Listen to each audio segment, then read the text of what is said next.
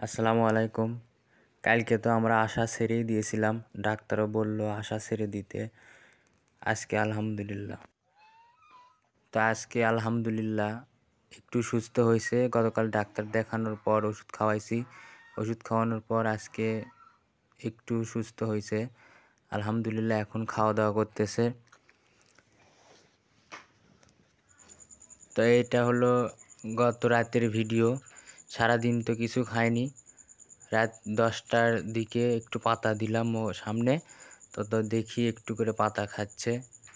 4-5টা পাতা রাত্রেবেলা খাইছে। এরপর আবার জ্বর আসছিল, পরে সকালে আবার জ্বরের ওষুধ, ডাক্তার যে ওষুধগুলো দিয়ে দিয়েছিল সেগুলো আবার সকালে খাওয়ালাম।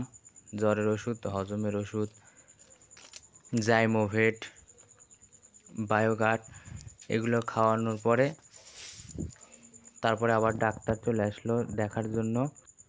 সব সময় আমরা আল্লাহর উপর আস্থা রাখবো। আল্লাহ অবশ্যই আমাদেরকে সাহায্য করবে। আল্লাহ বাঁচাতেও পারে, আল্লাহ মারতেও পারে। তো ডাক্তার এসে ডাক্তারের চিকিৎসা দিল। ডাক্তার বলল আবার ইঞ্জেকশন দেওয়ার জন্যে। ইঞ্জেকশন দিল, যে ঠান্ডা লাগা ইঞ্জেকশন, সেই ইঞ্জেকশনটা দিল। আবার দেওয়ার পরে একটু একটু খাচ্ছে, আবার প্রেসক্রিপশন করে দিল।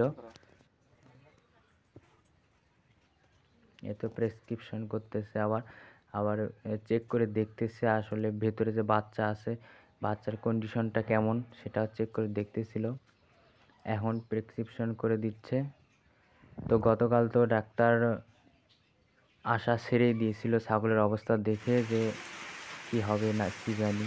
তো আলহামদুলিল্লাহ আল্লাহর অশেষ রহমতে এই ছাগল এখন প্রায় সুস্থর মধ্যে খাওয়া দাওয়া করতেছে। দেখেন, এটা দুপুর 12টার ভিডিও। দুপুর 12টার সময় একটু ঘাস নিয়ে এসে দিলাম, দেখি তখন একটু একটু করে খাচ্ছে। তা আল্লাহর কাছে লাখো শুকরিয়া। আল্লাহ পারে না এমন কোনো কাজ নেই, সব কিছু আল্লাহর ইশারা। এখন আবার বাইরে বৃষ্টি হচ্ছে।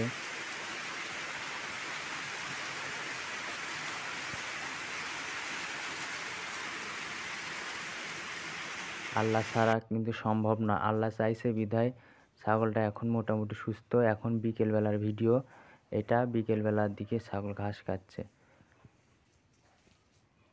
তো আমার ছাগলটার জন্য আপনারা সবাই দোয়া করবেন, তাড়াতাড়ি যেন পুরোপুরি সুস্থ হয়ে যায়।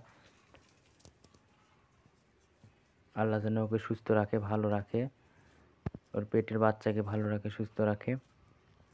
তো আজকে এই পর্যন্তই। আসসালামু আলাইকুম ওয়া রাহমাতুল্লাহি ওয়া বারাকাতুহু।